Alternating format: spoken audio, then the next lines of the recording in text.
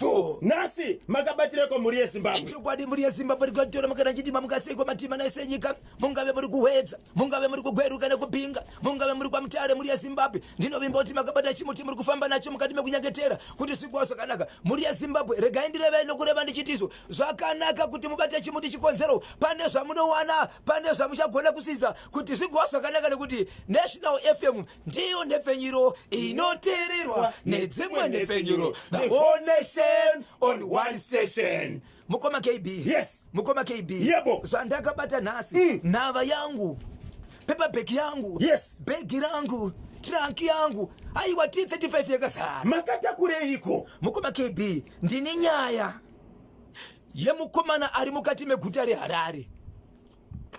Ndakati ndichitaura nemukomana ane 28 years dzokuberekwa. Mukomana uyu haana kuroora hana mukadzi. Mukomana uyu anobva kuchitungwisa akawanikwa ari kurailway mukati meguta redhorobha remuHarare. Vanhu vakanga navo vakashamisika chikonzero vakatozofonera kuti svika pano unzwe nezviri kuitika panzvimbo inoyi. Inzwai Mukoma KB kana apinda mukati meguta reHarare haakwanisi kusatsvaga nzvimbo inotamba vanhu vachiita zvebonde vakavanzwa vari panze. Anofarira kudongorera pachiitwa izvozvo.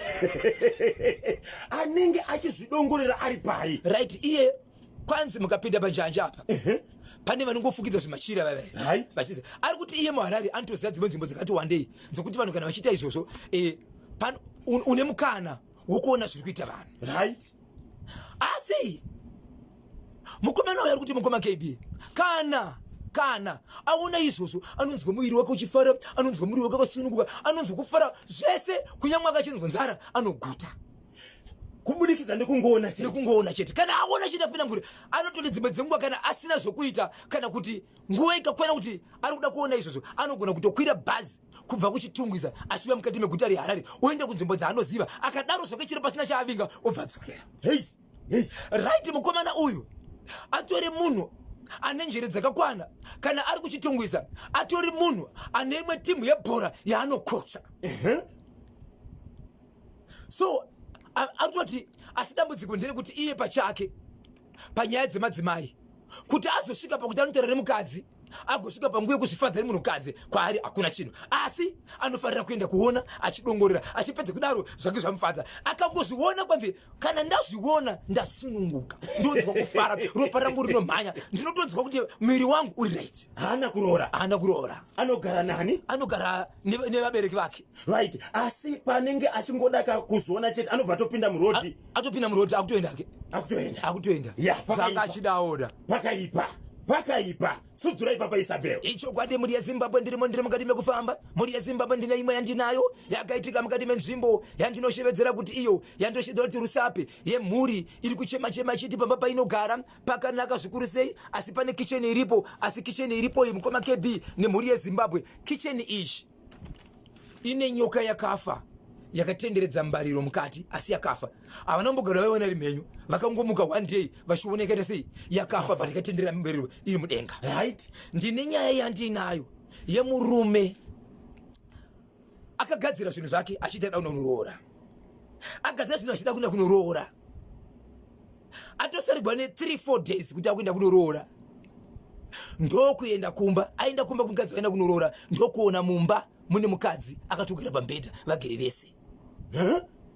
Aona vakagara vese kudaro ndokubva abvunza zvikanzi shamwari yangu murume nemukadzi vakutokwanisa kuma 6-7 months vachidanana kuti vasvike panguva kuda kunoroorana. Havana kumbogara vamuona ende havamuzivi but vakamuona akagara pambedha ari mubedroom achinzi ishamwari yangu. Pawaifambidzana murume nemudzimai uya akambointroducwa wakambosangana here neshamwari iya? Shamwari haitozivikanwa iyi yakatoonekwa ipapa. Pakaipa ndeimwe nyaya yandikabatira Zimbabwe. Ndine nyaya yandinayo muri yeZimbabwe yandoda kuti ndikudze kuti marara atakataura nezvawo ange ari paGlenview 3 izvezvi kutaura kuno kwatiri kuita kanzuro inoteerera vari kubvisa. Right. Vari kubvisa. Ndine nyaya yekugweru yemukwasha akafira pamba iko zvinozvidza 14 days nozvirondoranga ridhee rechi14 riri dhee rechi14 kubva zvakafa mukwasha pane kiti yakanga isingazikanwa pamba pana kiti yakataka kuchema ichiungudza nekuchema kuita senge munhu kusvika pakaenda vanhu kumakuva kusvikira idonhera muguwa kusvikira yabudiswa. Asi zvakaitika zvacho zvandiita kuti ndigotera zvekiti iyi ndo zvandinazvo pano.